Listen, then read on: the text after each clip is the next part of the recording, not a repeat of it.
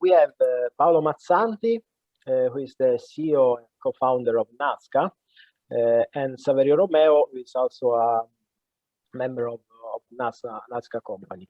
So thank you, Paolo, thank you, Saverio, for being here. In this event, we would like to ask the opinions, the experiences of several experts and managers of in landslide early warning systems. And we know NHAZCA, we know your company, but we would like to have some other information about you. So I would like to ask when NHAZCA was born, what is it in particular, how many staff members do you have, and what's the main aim of your company? Thank you, Stefano, for inviting us. First of all, it's a pleasure, and congratulations for LandAware initiative. I think it's very interesting. Landslide early warning is something we are talking about in the community since a while, but over the last years, is one of the topics is growing so much due to the technological development. And I think exactly in this niche is what now 12 years ago, we started to think about how to better support end users, land managers, asset owners that were dealing with the landslides risk and landslides hazards impacting with their lands, with their infrastructures and so on.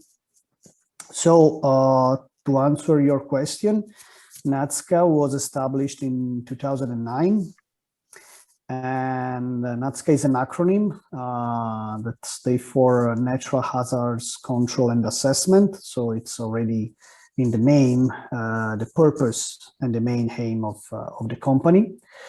To be honest, NHAZCA is started from a group of people, mainly from the academia, from the University of Rome Sapienza. I'm one of the co-founders. The other co-founders are Francesca Bozzano, that is a professor of engineering geology at the Sapienza University of Rome, and Professor Gabriele Scarascia Mugnozza, which is also full professor at the same university, also with an engineering geology background. And our main research focus is landslides. So what we are dealing and what we started dealing with at the beginning was mainly focused on landslides and on infrastructures. Today, of course, we broadened over the last 12 years our field of activity. And we are working at the international level on several hazards, including hydraulic hazards, infrastructure and structural risk. We are working on the field of oil and gas, mining, cultural heritage, which is, especially in Italy, an interesting point. But everything started with landslides. And to be honest, everything started when at the university, we were asked, we are around 2006, 2007.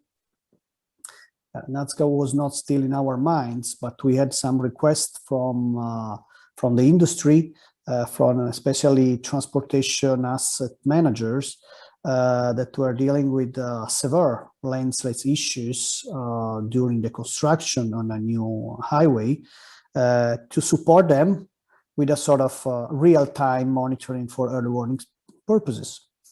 So at that time, we realized that in addition to the background knowledge on the topic, so on landslides, and in addition to the technologies that were starting to be available, there was a need for an organization. So managing an early warning system that is dealing with the safety of people as well. In that case, workers and also with assets was something that were going more in the direction of an industry than on a research. So the idea was, why not combining the knowledge that we have gained at the university and trying to add the organizational and the operational point of view, so that to guarantee real 24/7 control, information, advice, and so on. So, to be honest, NHAZCA today is working on a lot of fields. He has a staff of more than 30 people. It's based mainly in Italy, but is working in several countries around the world. The second market is North America. But everything is started with an issue that was guarantee and lensless early warning system. And so the first technology we applied at that time, I remember, was ground-based INSAR, or terrestrial INSAR. And really, I think the first project we held was probably one of the first projects worldwide that used a relatively new technology developed by IDS, probably the first industrial hardware for radar monitoring, terrestrial radar monitoring, especially for SAR, synthetic aperture radar. And we deployed these systems, and we realized that the system was quite nice, working well, but from an hardware to information for the end users, there was a huge lack. There was the need for software data processing, for the capability to interpret the data and to provide information. And so this was the trigger for what NHAZCA has become today, that is a service company, providing service over a wide spectrum of market fields, using different technologies, mainly based on remote sensing, but not only. But of course, remote sensing, as you can see from this background slide, is for sure one of the key expertise of NHAZCA. And also trying to use this technology and to make it understandable and easy to use for the end users. And in addition to hardware, of course, you need software. So software, in our expertise, are probably the key part. Of course, you cannot do monitoring without a hardware installed in some way, but probably you cannot do a really effective monitoring if you have not good softwares that are able to make the data of good quality, affordable, easy to be used by end user, and so on. And along this line, we started to develop software. At the beginning, it was just the idea to better provide our service to our clients. So we realized that without having our own softwares, we are not able to answer the questions of clients. And so we started to develop tools internally for our internal purposes. And time by time, we arrived to today, more or less, where we are starting probably a little bit new line of business that is exactly the business dedicated to allowing third parties, so other people, to make what you have done in the last 10 years themselves, so using softwares. And we have mainly developed a software that you can see in this list. Trivia is a software for terrestrial radar interferometric analysis. Is at present, in my knowledge, probably the only software that is able to process data and is allowed to process data from different manufacturers. Since today, in my knowledge, there are only softwares that can process data from the manufacturer itself. So that's a good point in my view.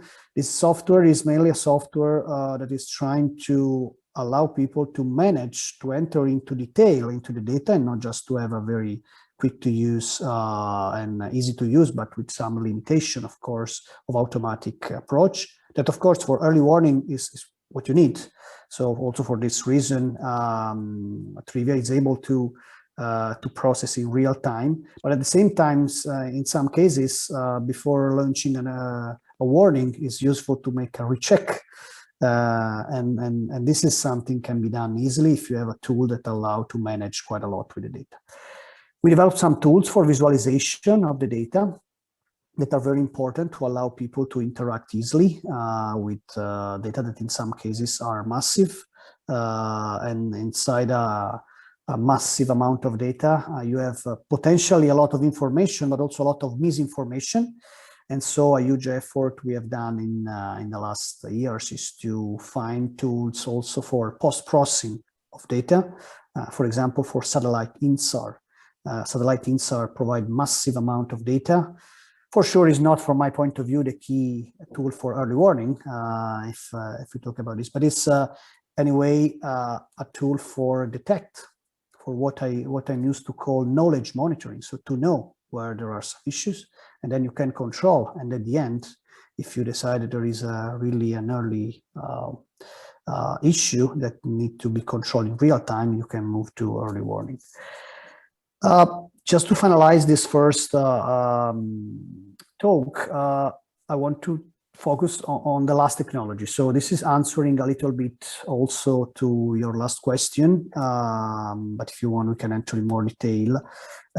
Over the years, working ground-based radar, for example, we realized that there was one issue.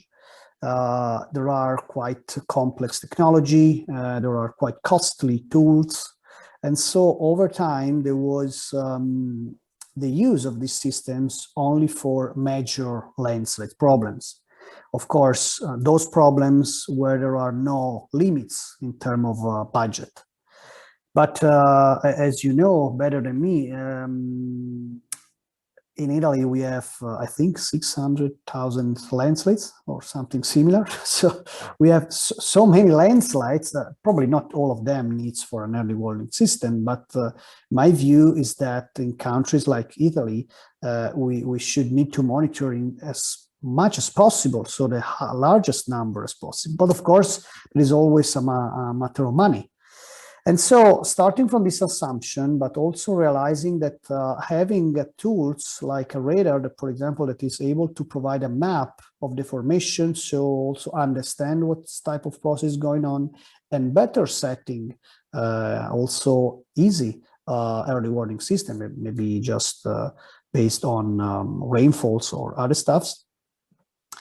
We said, why not using cheaper tools?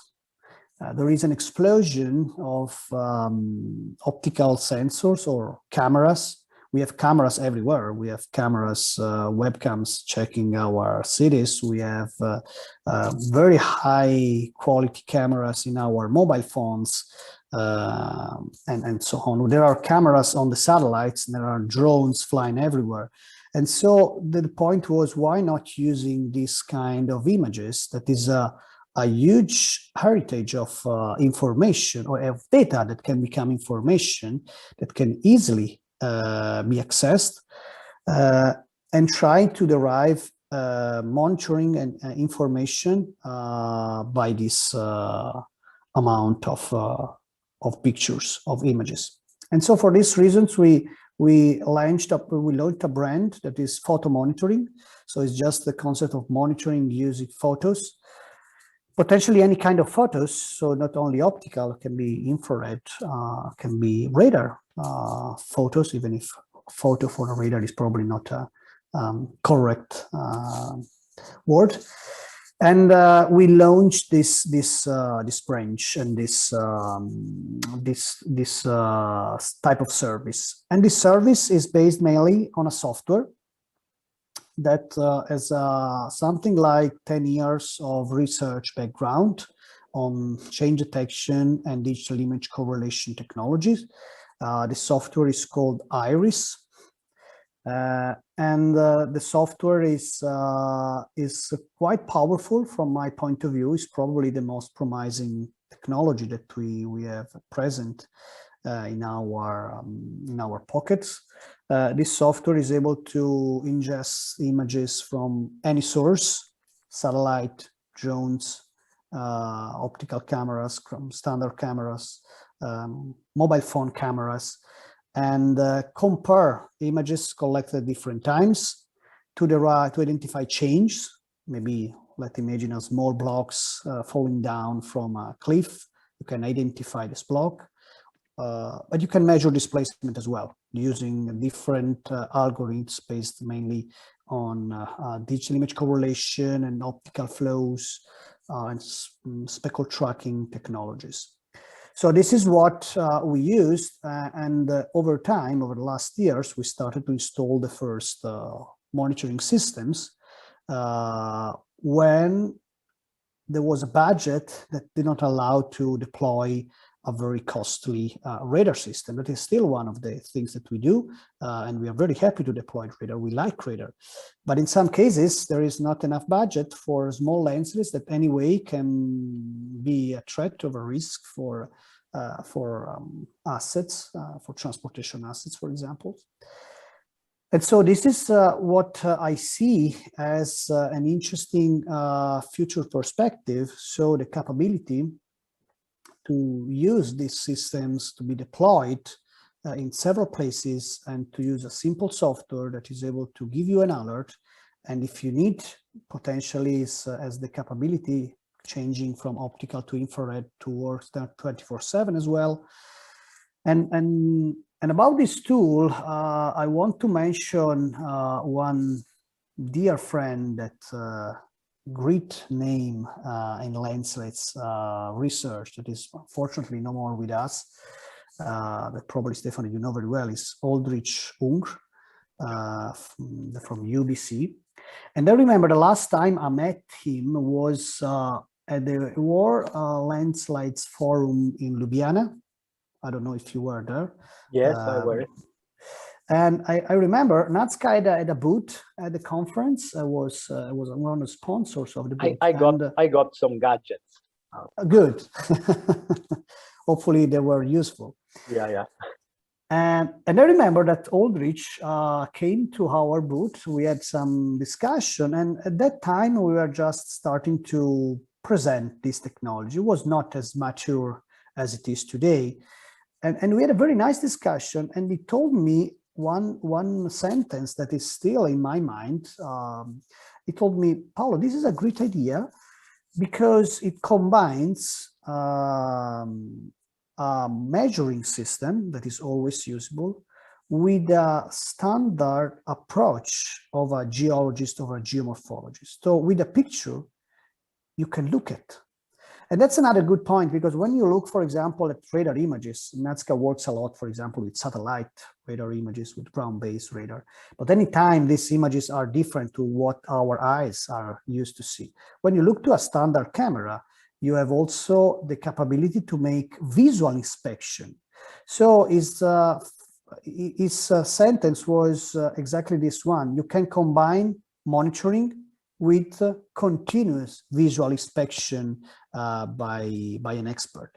And so I realized at that time, if one name like Aldrich Ung, that there was a promising tool, and so we decided to invest a lot. So we have now a team that is developing full-time this software. We are now working with several universities. We started 1 year ago.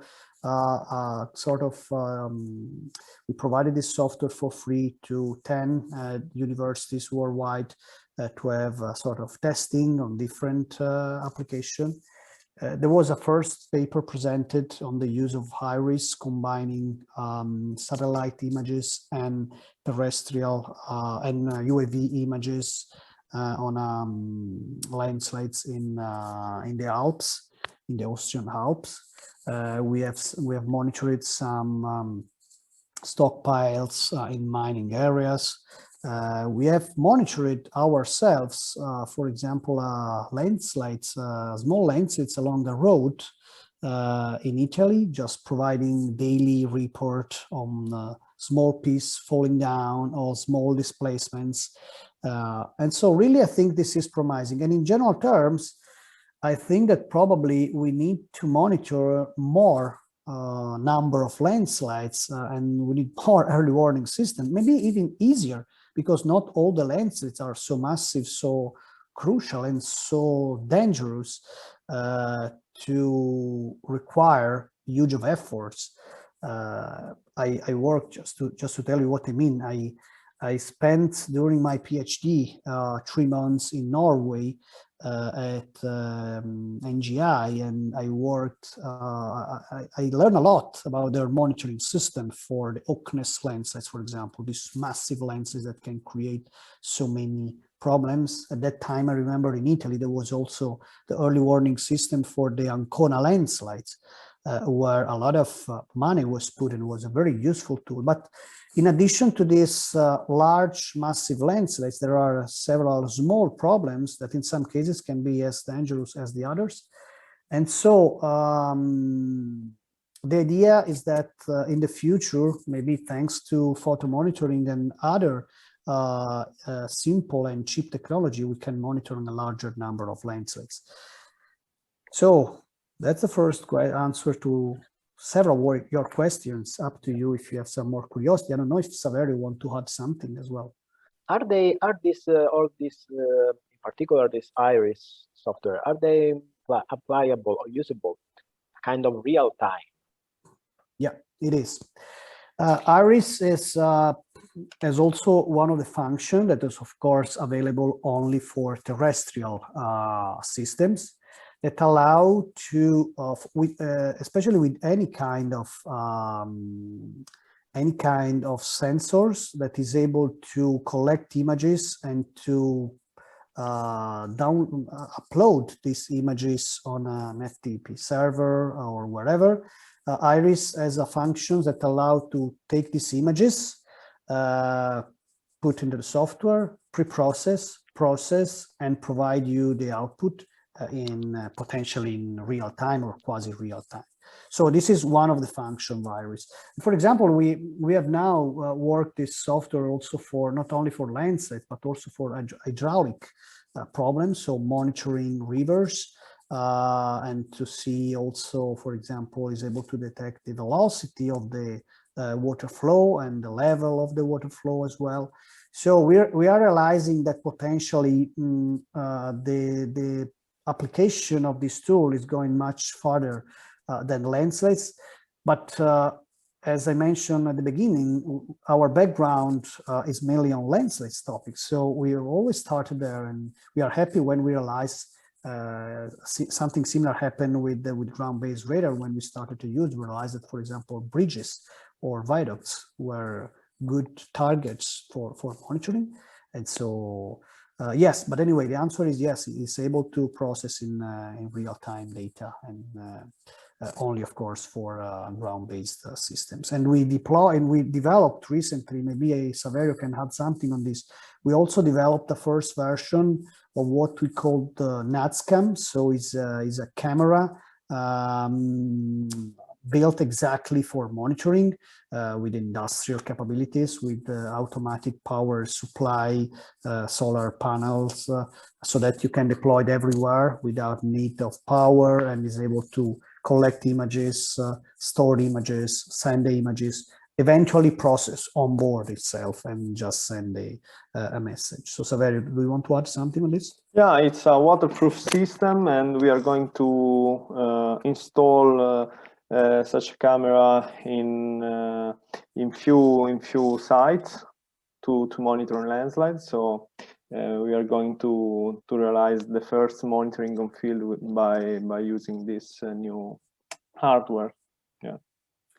But just to conclude, Iris is able to process with any hardware. So in some cases, we developed our own hardware just because there was some specs that were not available on the market. But Iris is able to process data from any camera that is deployed. So that's the good point. And our idea is exactly to keep this line. It's a kind of put a geologist to every landslide. The camera, and with the camera, everyone can at the end can see all the pictures, all the photos. For sure, a geologist or engineering geologist, but in this way, you can multiply the. It would be nice.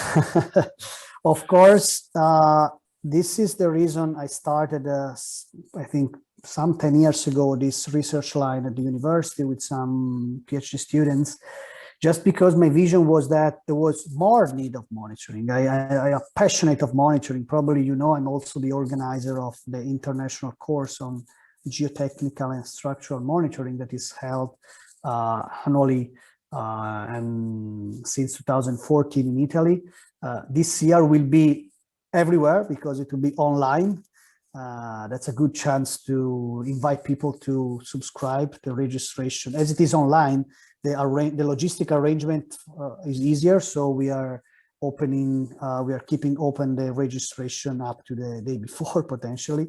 So there is still time to register for people. But I think that there is more need of monitoring. I'm passionate also of modeling, for example, but I realize that monitoring is something you see. It's number of the reality of what is going on. So you need models to predict what is will happen.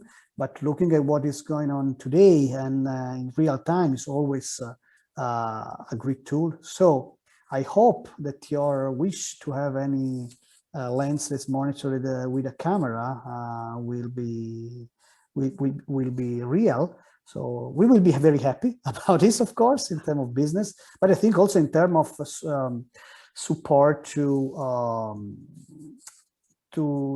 increase of land managers and the safety would be a very nice chance.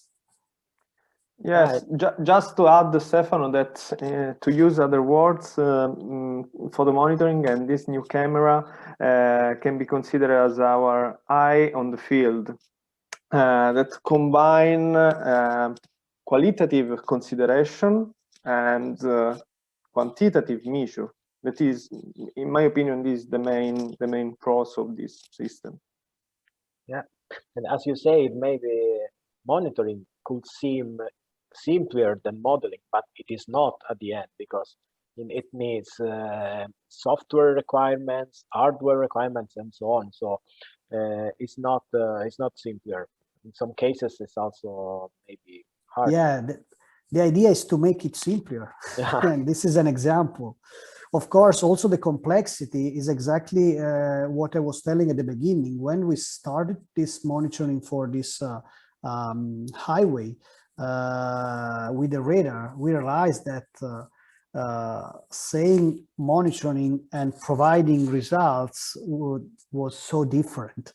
And so the complexity from my point of view is also one of the limitations in making more monitoring, not only the money. So I perfectly agree with you, but I have the feeling that trying to make things simple and more economic affordable is one of the way to monitor more. And again, monitoring and modeling, from my point of view, are two things that must go together as more as possible in the future, because monitoring become less relevant if you have not a modeling of what will happen, and modeling is less accurate if you have not ground truth data that allow you to calibrate. So that's also a respective advantage. Even if, to be honest, I see still today few attempts, even if something is coming, of combining these two words that are in a way two arms of the same word. To be honest. Yeah, and probably a good balance between modeling and monitoring will be very useful for, let's say, upscale, local scale measurement, local scale analysis up to a regional scale evaluation. That will be, I think, probably the line that we are going to follow in the few years in the field of landslide monitoring and warning, to balance this. That could be a dichotomy, but it's not between local scale and regional scale. No, I agree with you, and I think this is a good point. And I'm thinking about this. We talked not so much about satellite INSAR and satellite photo monitoring, that are also two technologies that we use quite often. And and there is, of course, as I was telling, satellite data at present, from my perspective, are not probably the most common tool for early warning. When we talk about early warning, we are talking about short time. But at the same time, we have some interesting examples, and we are doing some research recently. Let's imagine to process large-scale areas with satellite INSAR, like happened in several countries. It started since a couple of months. Probably the European Ground Motion Service, that is the service for mapping the ground deformation with Sentinel-1 over the whole of Europe. We are part of this project, and we are very proud to be part of this project as well as NHAZCA. And if you look back to some project over the same 10 years, for example, what I realized is that there was several cases of lenses that we analyzed over large areas, and we are able to detect what was the reactivation of those lenses that were not monitored on the field following rainfall. So we found several interesting correlations in some cases of acceleration of lenslets rating following some rainfall. So if you look to what you are telling before, having such a kind of approach, so trying to, in an area, to identify this sort of acceleration and analyzing a little bit better rainfall thresholds could be a tool for setting an early warning system based on just rainfall monitoring. Of course, this is not for all the lenses, but for certain types, also this kind of widespread analysis, widespread monitoring, like INSAR, apparently is not a tool that can be immediately used for early warning, but could be a useful tool to set threshold for early warnings. Looking back to data collected in the last 10 years or 20 years, that's a good point to have an archive, what we call the time machine. So just to conclude, I think that this holistic view of the different technology can allow to also to achieve more and to use potentially weekly updated data, but it's available over wide areas, and since the last years, a good tool also for supported warning. I don't know what you think, Stefano. I know you have some expertise on this topic as well, so maybe you have your view. Yeah. I'm not an expert actually in remote sensing, in data, in satellite data. I'm approaching to this field. So being a new scholar actually on this topic, I'm still very curious on this application. But I think that for sure there will be a kind of merging of any kind of technologies, any kind of tools for reaching an effective and an effective system, an effective at the end, an effective package tool for landslide early warning. For sure, in some cases, let's say modeling works better. In some other cases, monitoring, remote sensing monitoring, on-field monitoring will work better.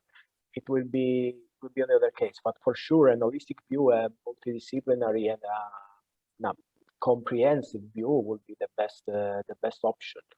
At the end, I have to say that I'm making also other interviews for this conferences, also for other reasons, and I have to say that the common line in every person I have interviewed is budget issues. It's always the same. It's always the same. So probably our problem, like landslide community, is budget, at least probably because landslides are not, as someone says, are not so sexy, are not so interesting for politicians. But we have to work on more and harder to let them more interesting for politicians and for people who have to fund our researchers and our project.